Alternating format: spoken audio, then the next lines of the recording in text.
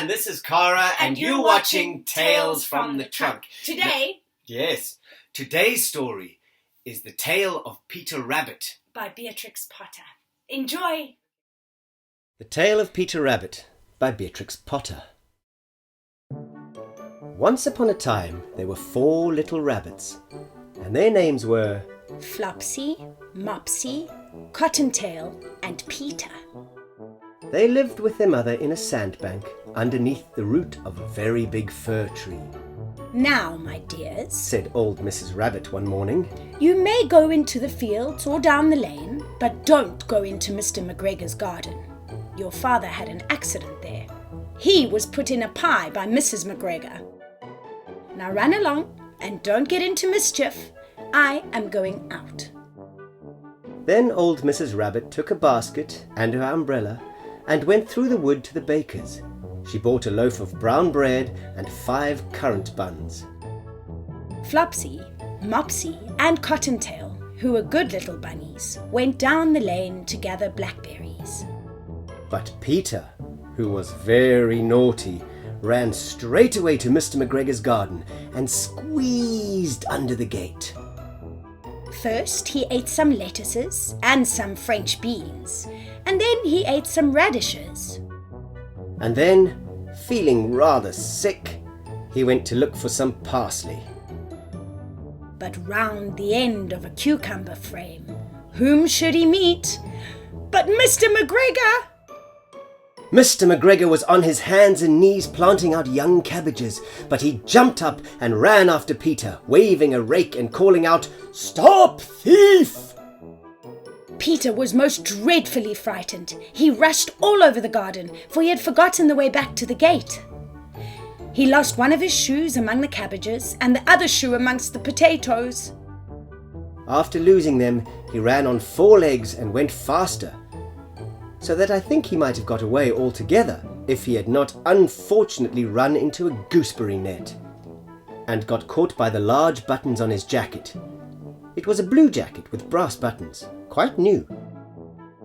Peter gave himself up for lost and shed big tears, but his sobs were overheard by some friendly sparrows, who flew to him in great excitement and implored him to exert himself.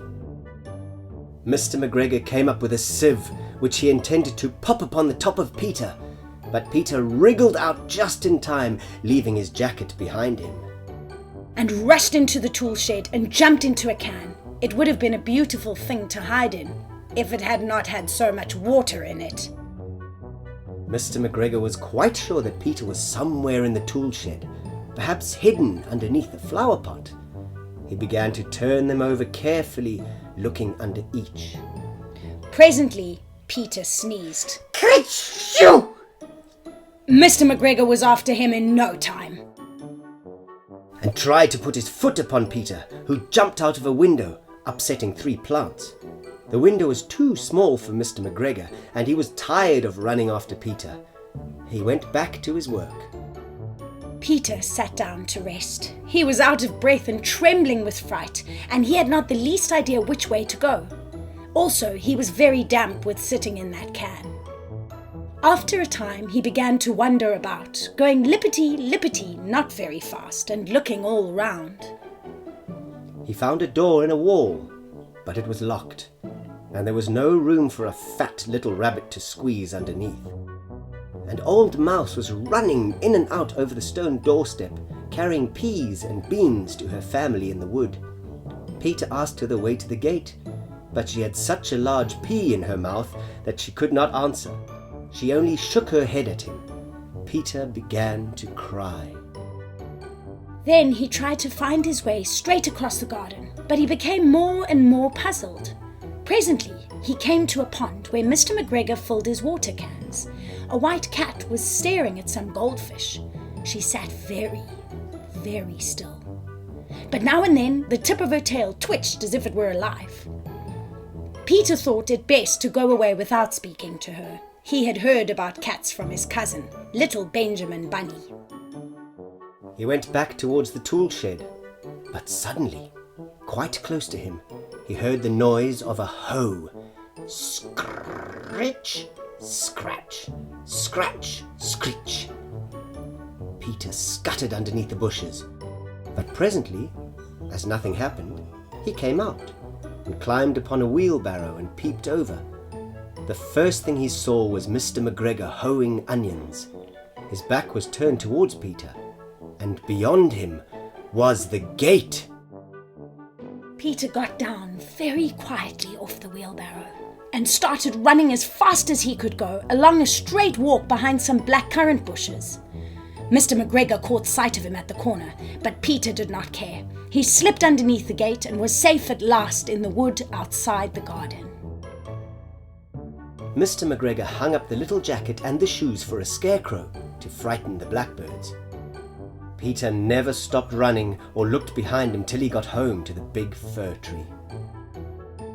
He was so tired that he flopped down upon the nice soft sand on the floor of the rabbit hole and shut his eyes.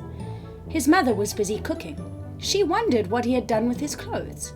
It was the second little jacket and pair of shoes that Peter had lost in a fortnight. I'm sorry to say that Peter was not very well during the evening. His mother put him to bed and made some chamomile tea, and she gave a dose of it to Peter. 1 tablespoonful to be taken at bedtime. But Flopsy, Mopsy, and Cottontail had bread and milk and blackberries for supper. The end. So, that was the tale of Peter Rabbit. A beautiful story. I'm glad he got away. Me too. Well, he was a bit naughty. He was a bit naughty.